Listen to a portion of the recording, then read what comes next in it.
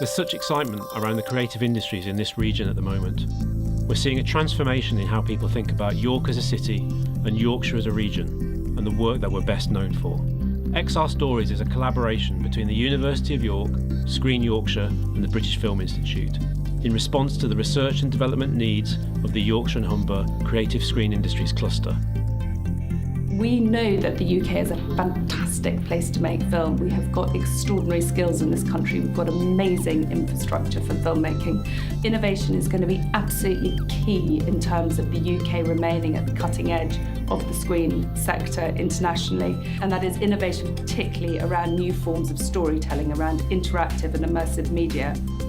Growth in Yorkshire screen industries have outstripped growth anywhere else in the UK. Employment is up 88%. It is a phenomenal achievement. Now other sectors are starting to realise how much games have to offer.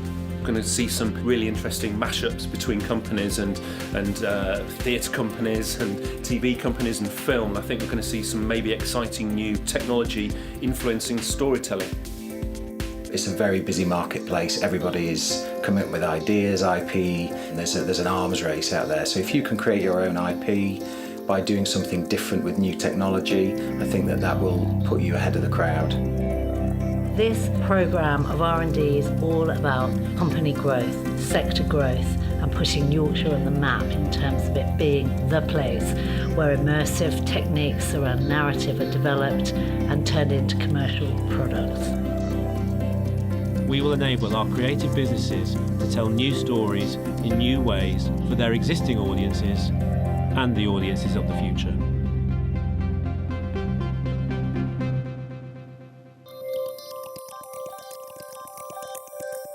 Elephants use their trunks to greet each other. So how about making your arm into a trunk?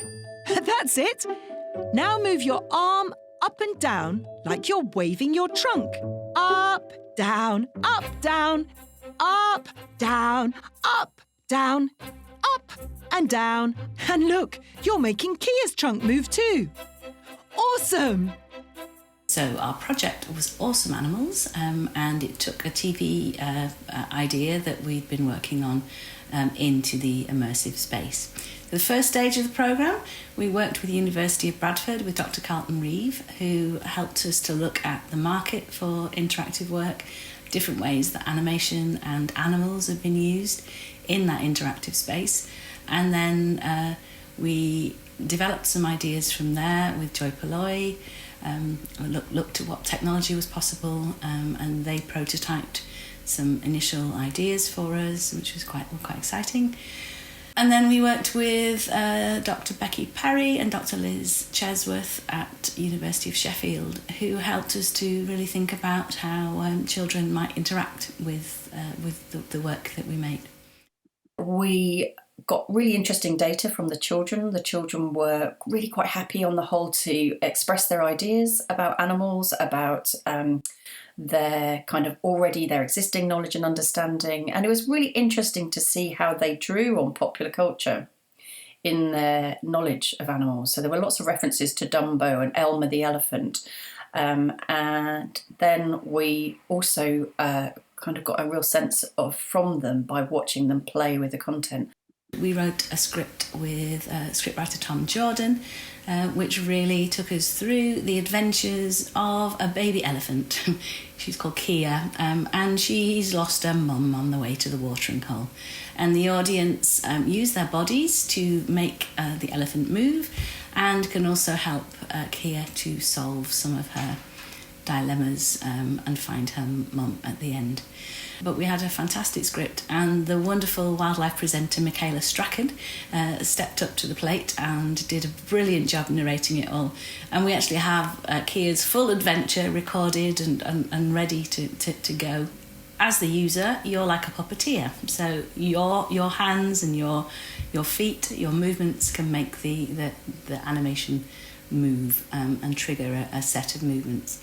And then as the experience progresses, there's a set of choices and options and things to find and challenges which take you closer to Kia finding her mum at the watering hole. The Animation is triggered by movements made that the web camera picks up, so it doesn't need specialist software to work, and that's exciting. So anyone can use it anywhere. Although the initial prototype we've been developing for a museum or a public space, and then we're working from there to expand it into different places. And it's fascinating to see how children who've grown up with all this technology absorb and appreciate it and use it to learn in different ways. And we were also really fascinated by the way Fettle particularly wanted to push on this idea of content being playful and promoting playfulness. And we have really strong research in our department that focuses on children's play and the importance of children's play being supported by the media that they watch. We know they play as a result of the media they watch, but we feel there's still quite a lot of work that can be done to make that media content support play even more. And with Dr. Becky Parry in particular, she was really interested in the idea of playfulness, and that we don't create a digital experience of a linear narrative, that we create something that children can directly influence the outcome of the screen, and that there are some opportunities that are open-ended for creative play and exploration where we as adults don't fix the outcomes for children, but we give them a set of digital toys that they can explore and achieve their own fun with. We've learnt loads about interactive and digital spaces, and just trying to find new ways to flex our business models here as a small animation company, different people to work with. We're hoping to do a lot more characters. We've got a whole host of other quirky animals and fun facts and bits of information and things that we can help children to learn much more about animals and to have fun and to play in the digital space.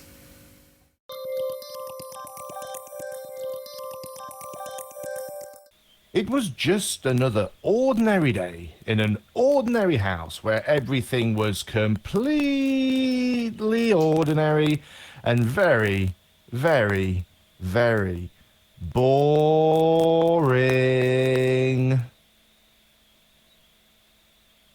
Okay, so everything was boring until the arrival of that, octopus? Hello? I wonder what it wants. This story has a beginning. Now it needs a middle and then an end. It's your job to make up the rest of the story. I'm project lead for Storyland, which is a project that we're working on in collaboration, funded by XR Stories, and working in collaboration with the University of Sheffield, specifically with Becky Parry and Anish Barai. Storyland is a place for children to record themselves making a story in an immersive environment. When you first go in, you arrive in a living room. It's a cartoon style living room and it seems pretty ordinary. The intention from our design perspective is to work with children to figure out what they would like from a storytelling tool.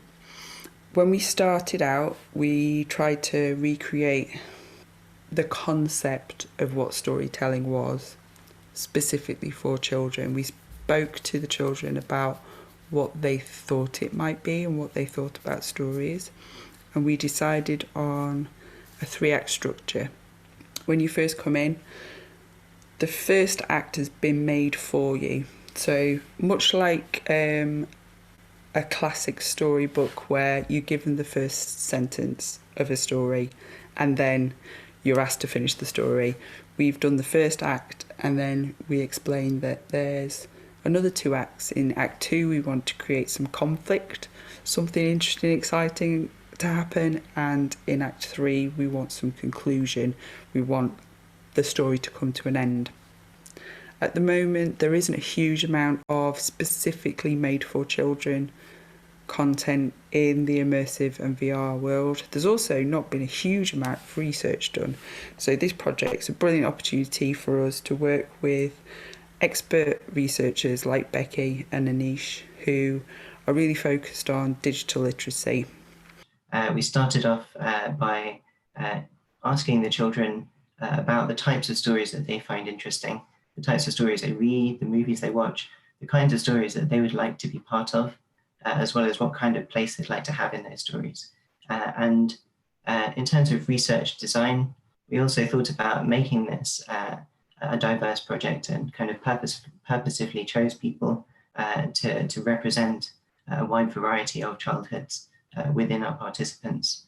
I'm finding that the children have a much better way of explaining what VR is than grown-ups do. So I think because they don't have any preconceptions about media, they don't have any preconceptions about technology in the same ways that we do. When they talk about immersive, they talk about it in a very matter-of-fact way. They don't try and use complex language. They speak from the heart. So one of my favourite quotes from the research is, "It's just a screen on your face," which is very true. But they also understand that by putting that screen on your face, you become completely immersed in the experience, which is fantastic. You can do lots of things like tricks. You can even catch hula hoops, and they can even catch balls and bounce them. I'll show you. Look, I'll show you. Go on, Fred. Oh, well, Fred doesn't want to do it this time. But he's my pet, so he does everything I tell him. I would really like to start talking to story owners, brand owners, publishers about how they feel their story worlds and their characters might fit in VR, and if there's an interest and desire from the industry side to work with us to make something. It's a really interesting way of putting yourself into a character's shoes. So I'd be really interested to talk to 3D animators specifically, because they already have the 3D assets and we could effectively put those 3D assets into Storyland for the children to perform as.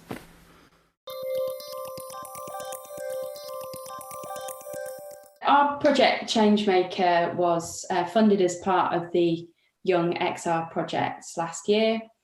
The overarching aim for Changemaker was to create a platform for under 18s to inspire young audiences and let their voices be heard. So we wanted to create a youth advocacy-driven engagement website which would feature organisations that are already working with young people, inspirational stories, resources and support on the topics that resonate with young audiences. Our hope is that the platform will inspire civic engagement, drive digital literacy skills and provide career inspiration for young people looking to get into roles within the digital media and broadcasting industry. We worked in partnership with Andrew Mycock at the University of Huddersfield, who specialises in behavioural sciences and whose research focuses on youth engagement. So once we had created design prototypes, we were able to test these with our focus group to gather vital feedback and insight that informed our design process. So XR presented us a unique opportunity to work in partnership with a university for this project, which opened up such a fantastic opportunity for us to connect with youth groups across the region, which I just don't think we would have been able to do otherwise. I feel that that's really enriched the project in many ways. The drive and enthusiasm of the young people we've worked with has really inspired us, and I think has led to the design that we've got today. You might be coming to the site with a interest area that you want to research. So that might be climate change, for example, which was a key sort of A key creative route for us is that we wanted to be able to inspire the sort of Greta Thunbergs of the world. And so we've got a real focus on the UK Climate Network, so having articles about ways you can get involved as a young person in climate change, and sort of takeaway articles and resources. The second phase of this will feature the setup of a youth editorial group, who we will be working with to give journalism training, so they can work in partnership with us to create content for the launch. I think the long-term aim for Changemaker would be to take the regional pilot that we're doing and be able to launch that on a national level, but also start to feature more sort of international news articles, connect with other young people from groups that aren't necessarily in the UK. We would also like to work ultimately with politicians and decision makers. So using all the content from the site and giving young people the opportunity to actually go and speak to decision makers and let their voices be heard in that respect, and be a sort of driver for change. So there are big aspirations for the project outside of the regional launch for it. So yeah, I think we're away from that yet, but that is definitely the sort of end goal and ambition for the project. So please do check out XR Stories and Sign and see where you in the region and we as developers of kids content can really produce innovative, game-changing and engaging solutions to storytelling and be that home of storytelling, creativity and craft excellence.